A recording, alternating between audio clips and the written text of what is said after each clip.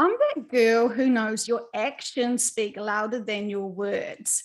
And I'm really pleased that someone has approached me to be able to help those children and youth who are really struggling right now. And the best way she feels that they can be supported is reaching out to the parents to be able to give them the advice and support that they need to be able to understand what is going on for their children and their teens. We're seeing a lot of children really, it seems like, struggling with the impacts of the energy or just feeling very overwhelmed with life right now. And from our metaphysical perspective, we understand that they're here for an important purpose. They're serving us at this energetic level profoundly. And what that may look like is being lethargic or not able to focus or not being able to sleep. And there's a whole lot of what we could also call sort of like ascension symptoms, but they're here, profound little powerhouses doing their amazing service for humanity.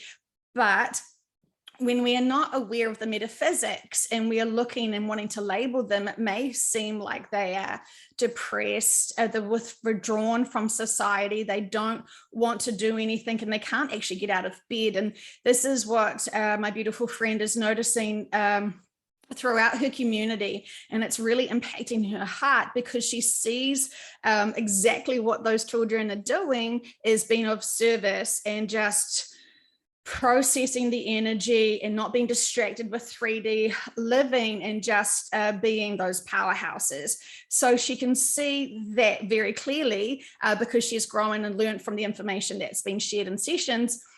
But she sees the heartbreak from those parents who are in deep worry and concern for their children.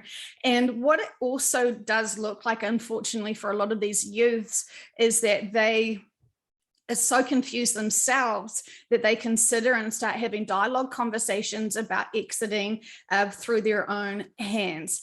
And worst parents nightmare kind of situation, right? We definitely would go into panic mode if our child was starting to have this dialogue with us.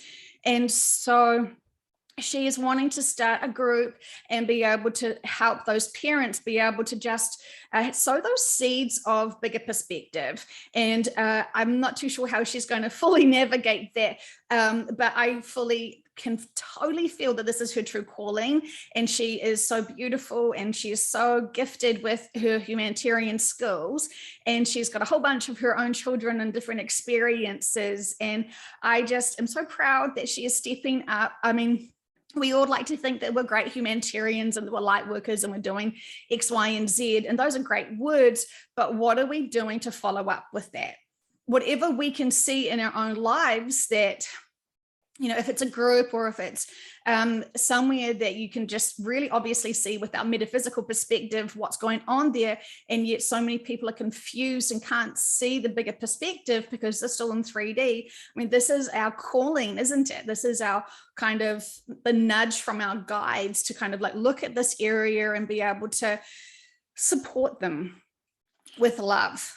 And sometimes we can recognize that this group is sort of in 3D and struggling with those emotions because we have personally had our own experiences from something that they're currently going through. And so that's the blessing, the beauty of having these experiences in our own lives and have overcome them and then have the metaphysical higher perspective. So we've already kind of mastered this situation. And I know for her, she has really grown from these really challenging experiences. Remember, our children came to us for certain reasons, and sometimes it's to empower us and keep us high vibrational.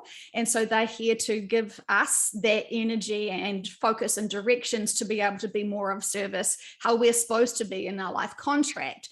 And so when their job is to come here and keep us high vibrational, but yet they're still these little powerhouse batteries that are feeling very overwhelmed with their responsibilities and duties for their own life contracts, when they are looking not so vibrant and they're feeling really pressurized with the energy, we then go into fear and worry, and then they pick that up and then they add, they attach our density and our worry and fear onto themselves. And can you see the loop and the cycle that needs to kind of be broken? And so we need to give these parents who are terrified what's happening to their children and maybe rushing to doctors, maybe getting medications, whatever it may be, normalizing these conversations to understand what the body is doing and sort of detach ourselves from these labels that the medical industry loves to attach to be able to then justify medications.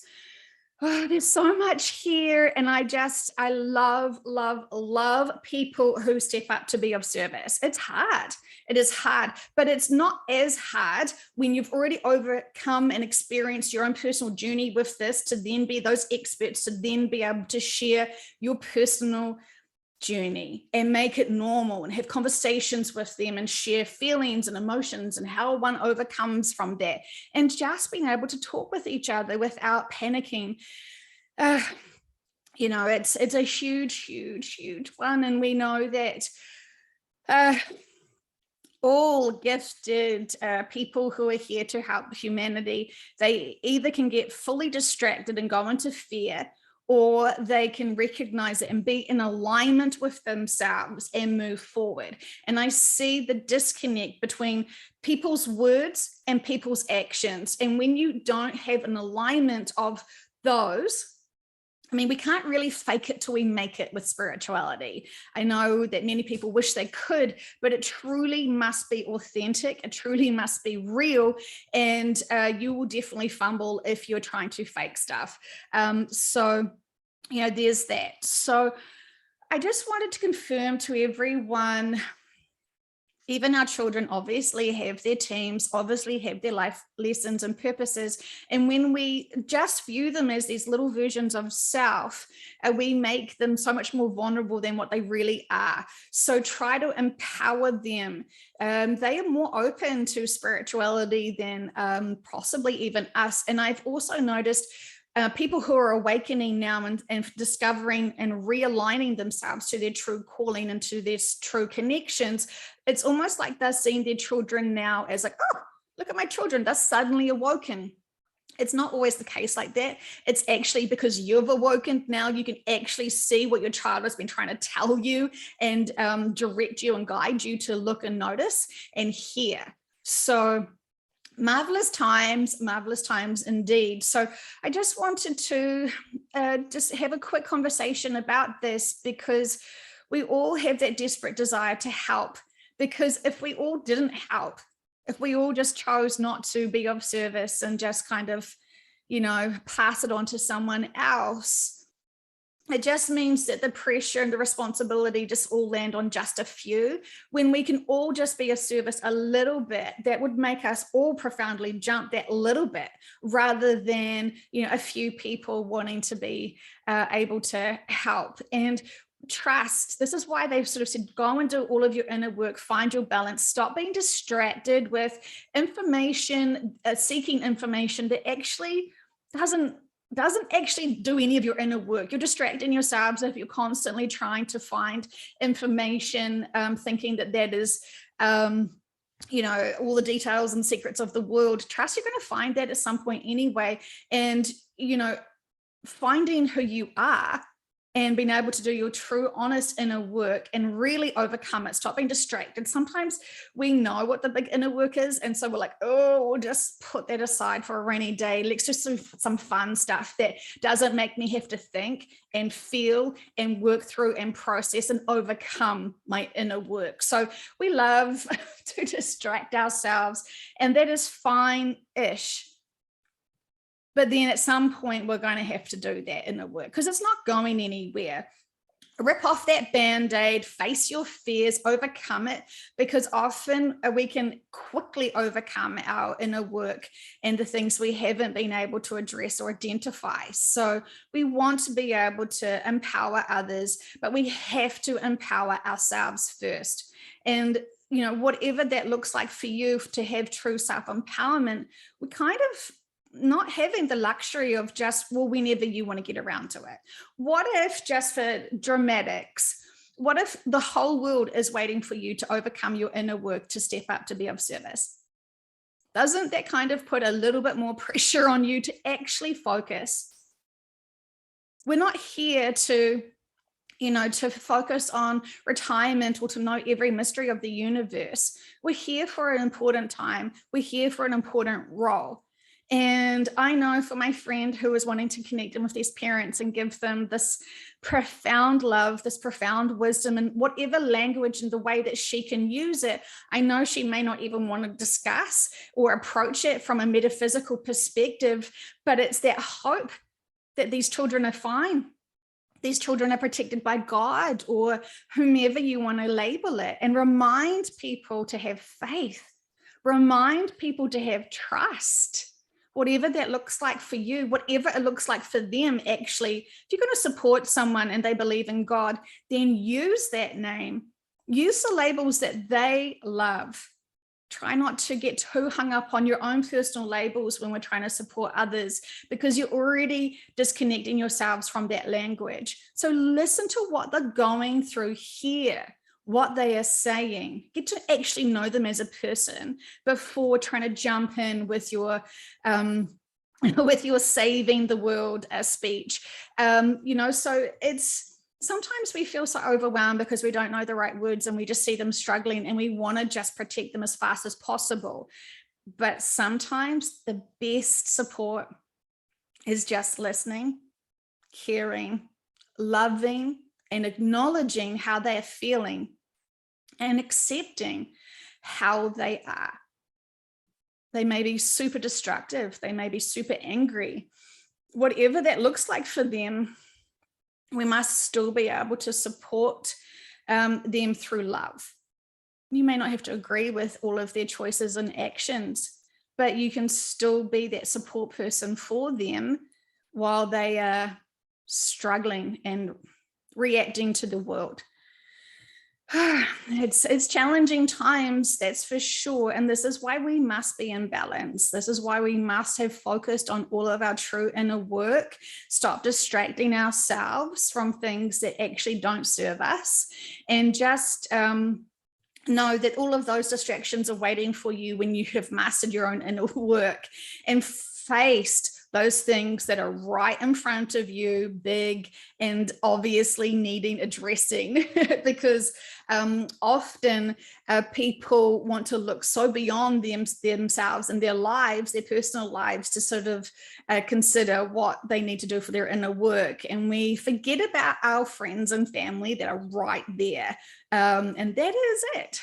Where no one has a life contract to go and find strangers and heal and support all of the strangers before your own family. Whoever you're living with is the bigger clues. So it's fun times. Being in neutral can be a challenge when we want to sort of react sometimes, but acceptance is going to always give us that neutral and not have those reactions. And so please just trust our children have got their teams, that they're doing exactly what they need to be doing. If we add worry and fear and our own insecurities and project that onto them, that is what they're also going to feel, and it's just going to burden them. So uplift children as much as we can, honor them for their bigger souls coming down into these little bodies, and just trust and relax into it, and knowing that when you can be honest with yourself, you can be honest with others and explore and share the journeys of some really challenging times. It can feel vulnerable to share privately personal experiences of the roller coaster that we were going through, but it will just instantly make a connection, and those people will be able to identify your truth and your experiences and all that range of emotions to feel like you actually get them. And don't we all want people who feel like they actually get us? I mean, if we can't get ourselves, we're always seeking others to get us. And so again, if this is something we're looking for, inner work for everyone. And inner work is not, this is not to be ashamed of. It is to embrace and empower ourselves. We are truly here, firstly, to do our inner work and to master everything that we are supposed to.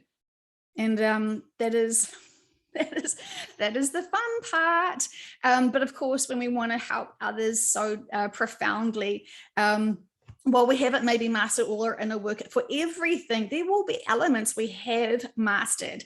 And so those people will be coming to you to support them and help them because you've already mastered those experiences. So, you know, it's not a linear journey by any stretch of the imaginations. And as we're going through this life marathon in 3D, there will be people that will come along and be at the same pace on our journey for us to share and grow with. But we can't continually do this whole journey as a pack because we're not all really on the same journey experience together. We have to explore and expand constantly. So fun times. And if you are seeing a parent who's super worried about their teens and can't understand, you know, it's heartbreaking, but trusting all is well. And maybe you could use your free will and ask for them to have love and support and understanding and comprehension of what is going on, and to be able to sort of drop the fear and worry and concern, because that can just totally disempower us and distract us.